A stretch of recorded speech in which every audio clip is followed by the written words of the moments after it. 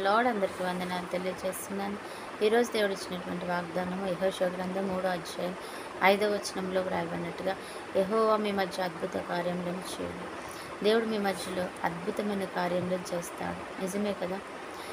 Elisha, ఏలియాలు జీవితాలలో ఆయన అనేకమైన అద్భుత కార్యాలు చేశాడు.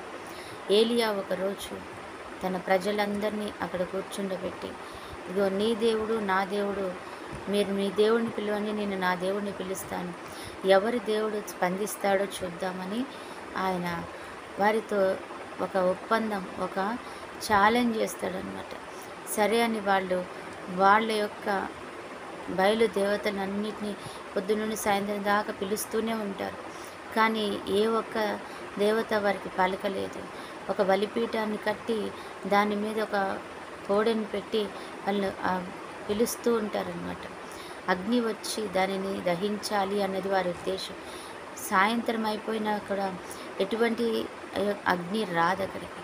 అయితే ఏలియా దేవుడు పిలుస్తాడు, జీవం కలిగిన దేవుడా మా మధ్యలో అద్భుత కార్యం చేయని ఒక్కసారి పిలిచినప్పుడు ఆకాశ మండలం నుంచి అగ్ని దిగివచ్చి ఆ యొక్క మరి బలిపీఠం మీద ఉన్న పశువుని అది కాల్చేస్తుంది అనమాట. అంటే దేవుడు తాను పిలిచిన వారికి పలికే దేవుడు అనమాట. అందుకే ఆయన అంటున్నాడు, ఆయన ఒక మాట, యెహోవా మీ మధ్యలో అద్భుత కార్యాలు చేస్తాడు. ఆయన మీరు పిలవగానే పలికి అద్భుతాన్ని చేస్తాడనమాట.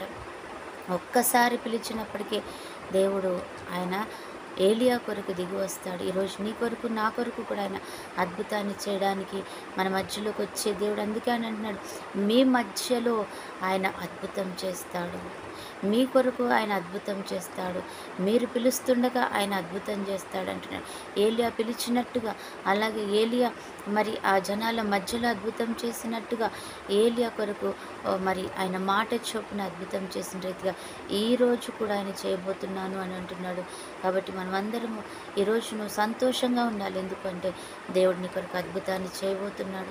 ఆయన చేసే గొప్ప కార్యాన్ని బట్టి వందనాలు చెల్లిస్తూ దేవునికి మహిమ కలుగును గాక అంటున్నాం. ఆమేన్. ప్రార్థన. పరిశుద్ధుడైన దేవా, ప్రేమ కలిగిన తండ్రి, నిజమే ప్రభా, నువ్వు అంటున్న యెహోవా మా మధ్యలో అద్భుతాలు చేస్తాడని, నువ్వు అద్భుత కరుడవు నాయనా అని నీకు పేరు ప్రభా. మరి మా మధ్యలోనికి వచ్చి ప్రభా యా ఏలియా కొరకు చేసిన రీతిగా మా మధ్యలో చేయబోతున్నందుకు వందనాలు చెల్లిస్తున్నాను. నువ్వు చేసిన మేళ్ళన్నింటికీ కృతజ్ఞతలు చెల్లించుకుంటూ ఈ సమయాన్ని బట్టి వందనాలైనా ఎంతమంది బిడ్డలైతే మా మధ్యలో అయా ప్రభా అడుగుతున్నారు తన అద్భుత కార్యాలు, చిన్న బిడ్డలు మొదలుకొని పెద్దవారి వరకు వారి జీవితాలలో మేలు దయచేయమని అడుగుతున్నాం తండ్రి. స్తోత్రాలు చెల్లిస్తున్నాం. అలాగే ఈరోజు మరి ఎంతమంది తన యొక్క ఉద్యోగాల నిమిత్తం, వ్యాపారాల నిమిత్తం, చదువుల నిమిత్తం, రిజల్ట్ నిమిత్తం ప్రభాసయ పరిశుద్ధాత్మ దేవుడా, వారి యొక్క అవసరాల నిమిత్తం తండ్రి ప్రభా, ఆరోగ్యం నిమిత్తం, దీర్ఘాయుష్ నిమిత్తం దేని విషయం గోజాడుతున్నారు, కుటుంబ కలహాలను, అసమాధానాలను బట్టి గోజాడుతున్నాయి.